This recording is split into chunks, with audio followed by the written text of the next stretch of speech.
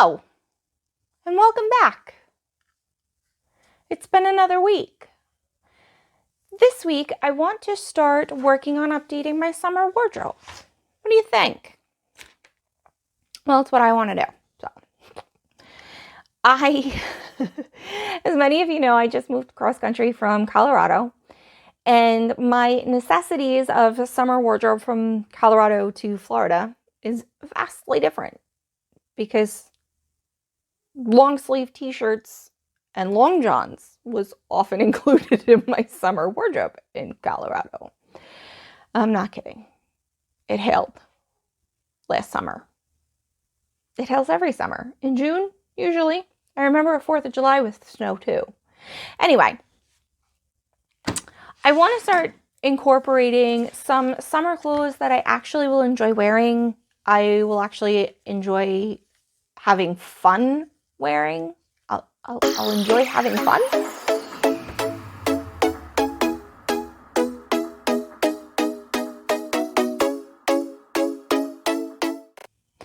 Anyway, this week I want to start taking inspiration from the decades that I think did summer wardrobes the best. One of the things that I absolutely love, and I have kind of been obsessing over, is the Marvelous Mrs. Maisel on Amazon.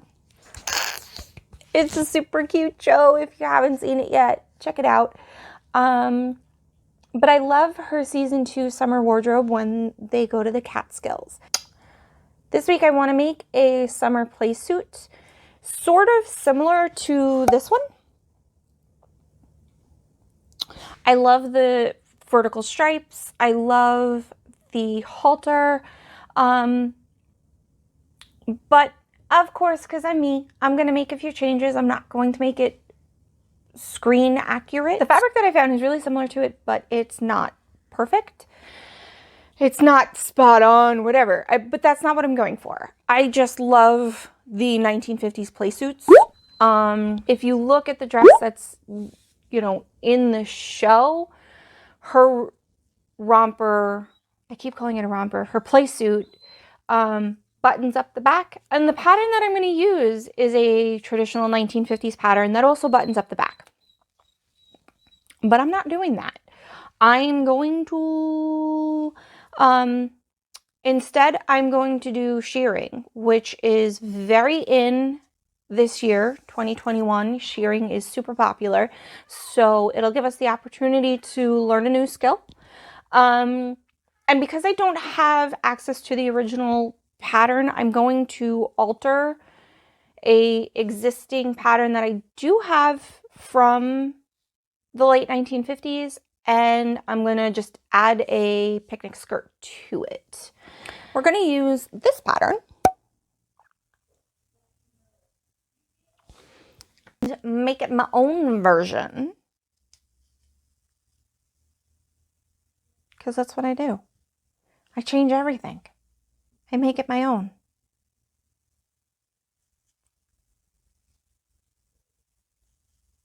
Okay. I'll see you guys at the sewing machine. Editing Robin, interrupting your broadcast to bring you a PSA. I have a little bit more information than intro filming Robin does at the moment. Reality is, mistakes happen. I have been sewing for more years than I can math at the moment. But regardless, I still don't call it a night when I'm tired. And so you guys will see what I'm talking about. Stay tuned.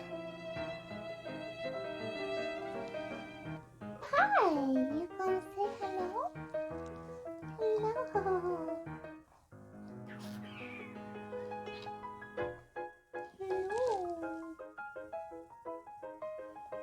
Come say hi.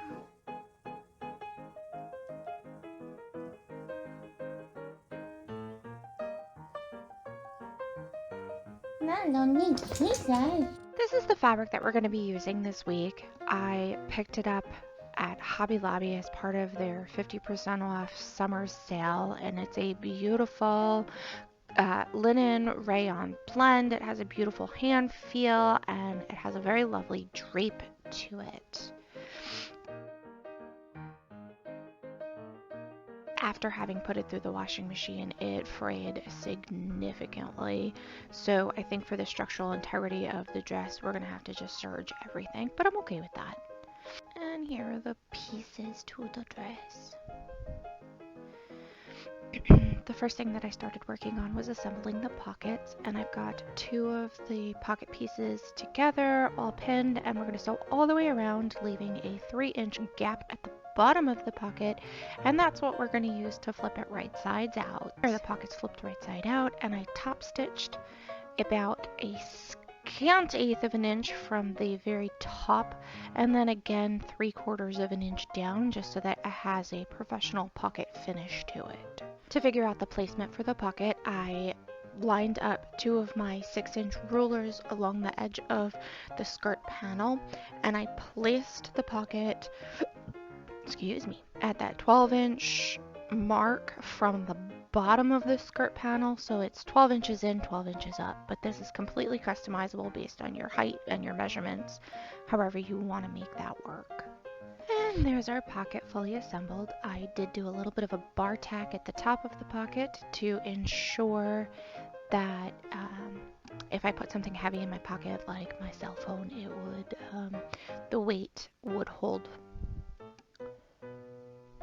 So we do that to both sides of the fabric, skirt fabric. All we have left to do to the skirt is give it a nice little 1-inch hem, and then we'll set it aside until we're done with the bodice portion of the dress.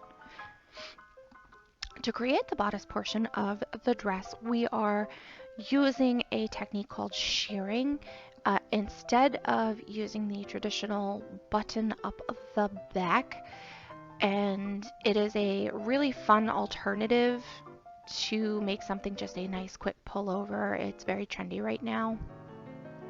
And basically all we will do, I'll show you how to do it, but all that we do is add some elastic thread and just sew straight lines all the way up and down the fabric.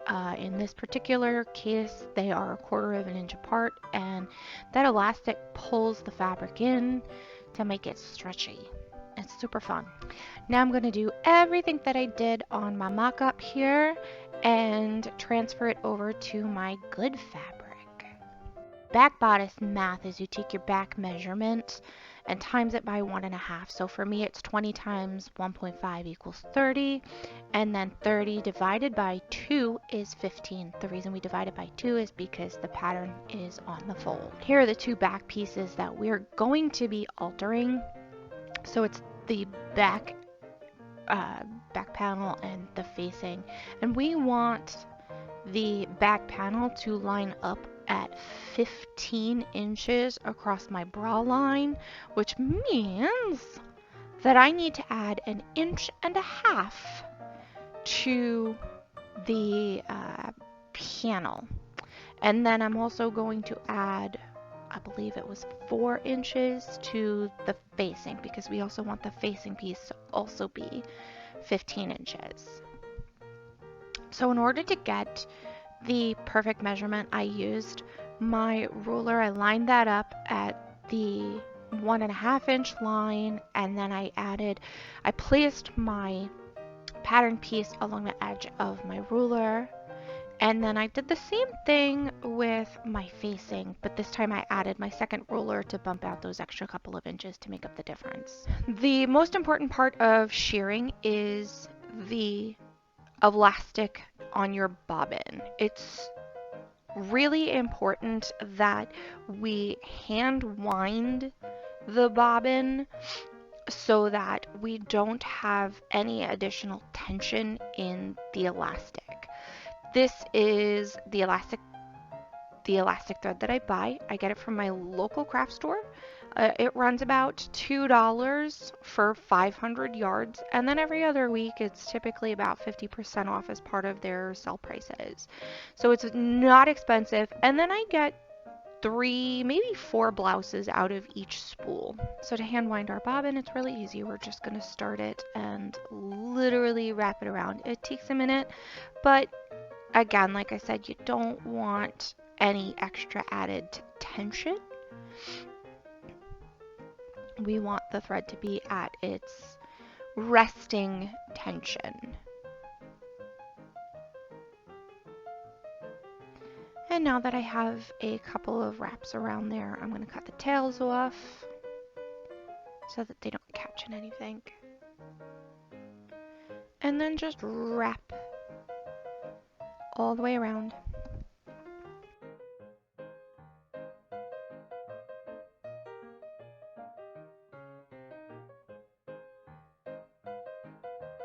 And now to create the shirring, all we have to do is use this elastic thread in our bobbin casing, bobbin housing. I use regular thread on top. Come on, there you go.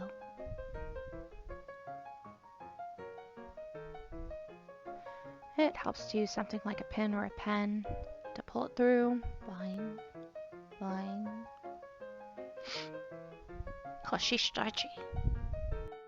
And now on my machine, I have auto tension, and auto is at 8, which for this particular project, that's perfect. If your machine doesn't have auto tension, setting it at somewhere around 8 or 9 is ideally where you want to be. And now all we do is sew horizontally across the bodice back.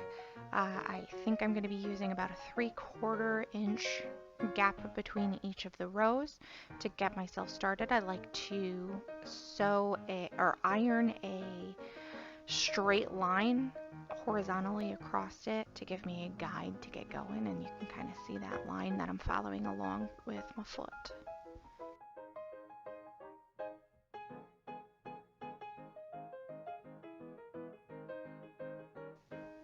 And here's what it looks like with the first row in. And you can already see it's got some stretch to it. And the more rows that we add, the more that stretchiness will become evident. A few inches later. Here's what it looks like after it has 4 rows in. They're about 3/8 of an inch apart. And you can see it's already creating a really nice gather.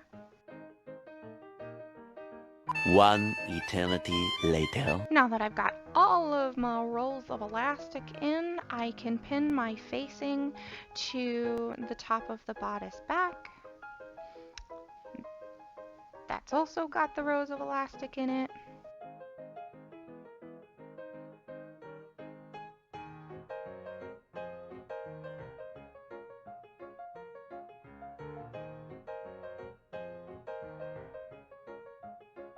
I will admit sometimes pinning the facing in place can be a bit of a pain in the butt because it likes to curl in on itself, but it's just a matter of working through it. It'll get there for you. And then use your 5/8 seam allowance just like you would if it wasn't elasticy. That's a word, right? Elasticy? I don't know. I'm sure somebody will let me know in the comment box. I'm making words up again.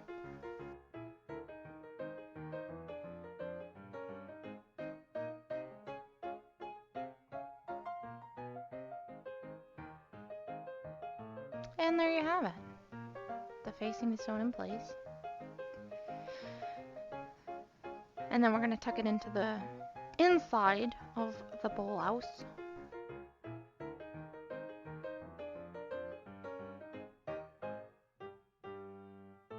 And sew it in place like so. And there's so much going on in the back that you really can't even see those seams, so it's all good. Now we're going to put those darts into the bodice front.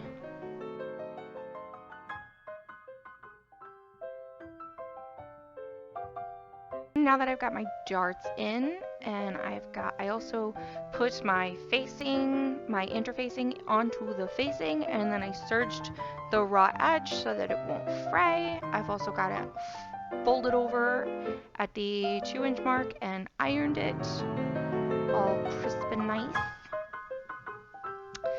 I've got my arm armpit facing sewn in and understitched. I also serged the raw edge of it. So to put the pleat lines in, I'm using my Frixon heat erase pen and transfer them from the pattern to the front pieces. I now have my pleats in place. Aren't they pretty? I'm a sucker for nice clean pleats. Now that the pleats are in and basted, I'm gonna close that up. I'm gonna hand stitch it in place right there. And then top stitch everything else. Pretty much. That's what she looks like. I didn't hand stitch it.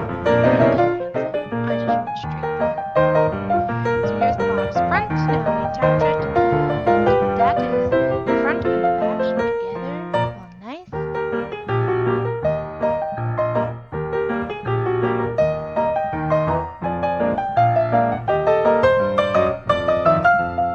Now that the bodice is done, all we have left is to attach the skirt.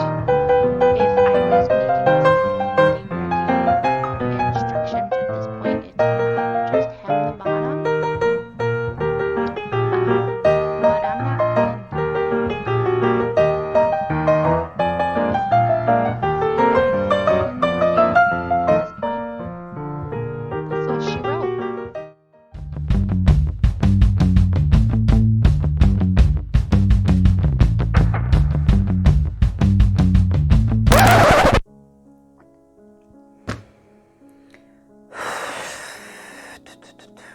So, I never learned.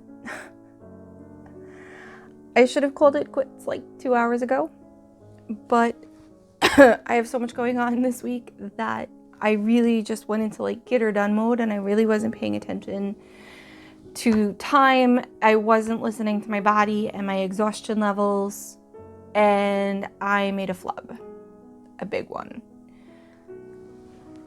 In serging my skirt to my blouse, I caught the blouse in the blade of the serger.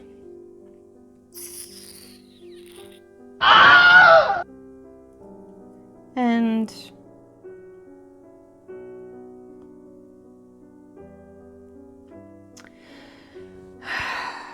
I need to sleep on it. I need to mentally decompress and figure out how to deal with this. So I'll see you guys tomorrow. Tomorrow.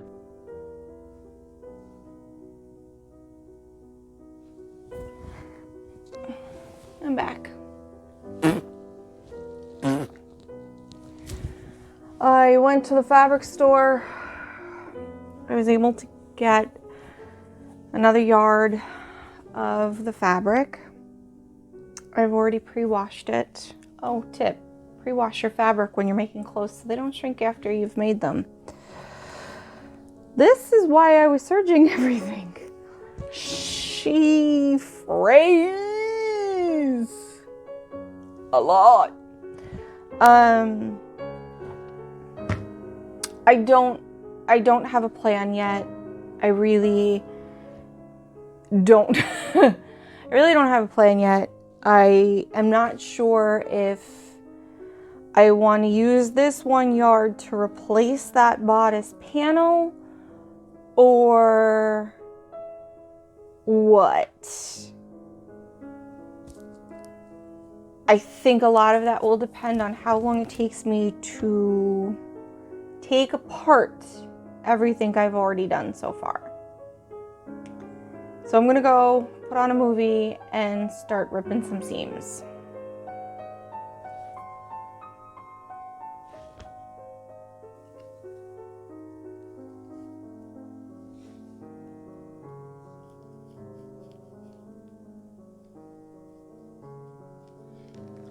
This is gonna take forever. So much later that the old narrator got tired of waiting and they had to hire a new one. So after this much thread of picking seams, I have my skirt and blouse separated again. I do not think I'm going to be able to feasibly get this bodice piece out without killing my fingers. So I will get back to you once I figured out what I'm going to do. For now, I am going to trim this up to here and serge everything so that all of my raw edges are not gonna fray until I figure this out. Okay, after some careful deliberation, I have decided that I'm going to keep the skirt and the blouse as separates. I know it's not traditional. I know it should be a dress. I'm just frustrated, and I feel like this is going to be the easiest, emotionally easiest way for me to deal with this. So what I have done so far is I took some of the new fabric that I bought. I cut a 5-inch wide by my waist measurement plus 6 inches. I lined it with interfacing, pressed it in half, and then the difference, those 3 inches on the left, 3 inches on the right, I sewed that together to make a belt section, flipping that inside out.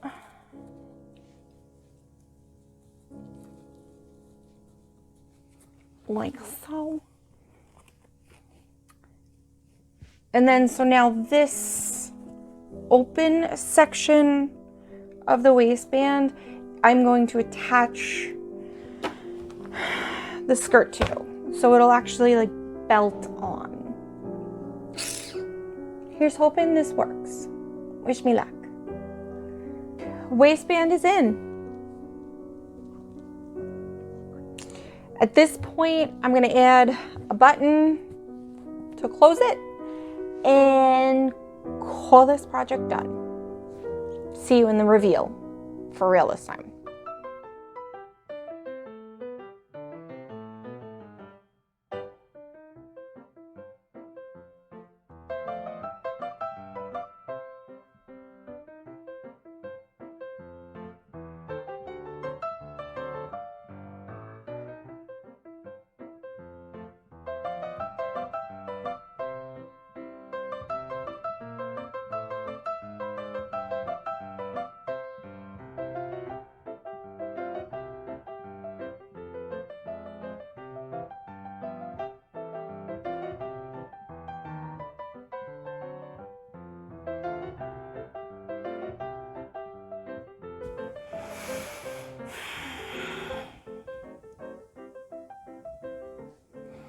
Okay, I am back inside. The weather took a turn for the worse. I could not do a full photo shoot outside.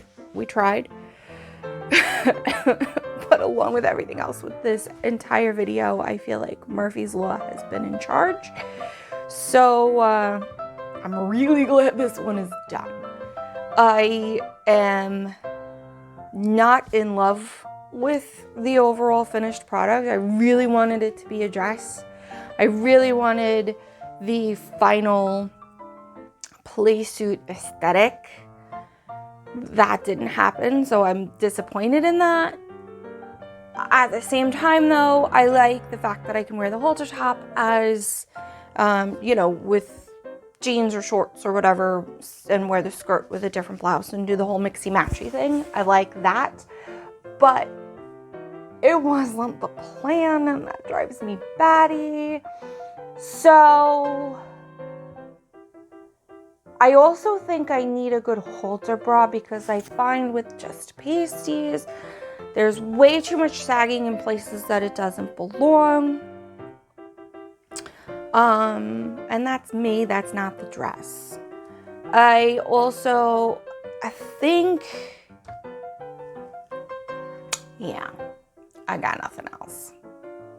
So if you would like to see me fail more, like, comment, and subscribe. It'll happen frequently, I promise. Love you all. See you next time.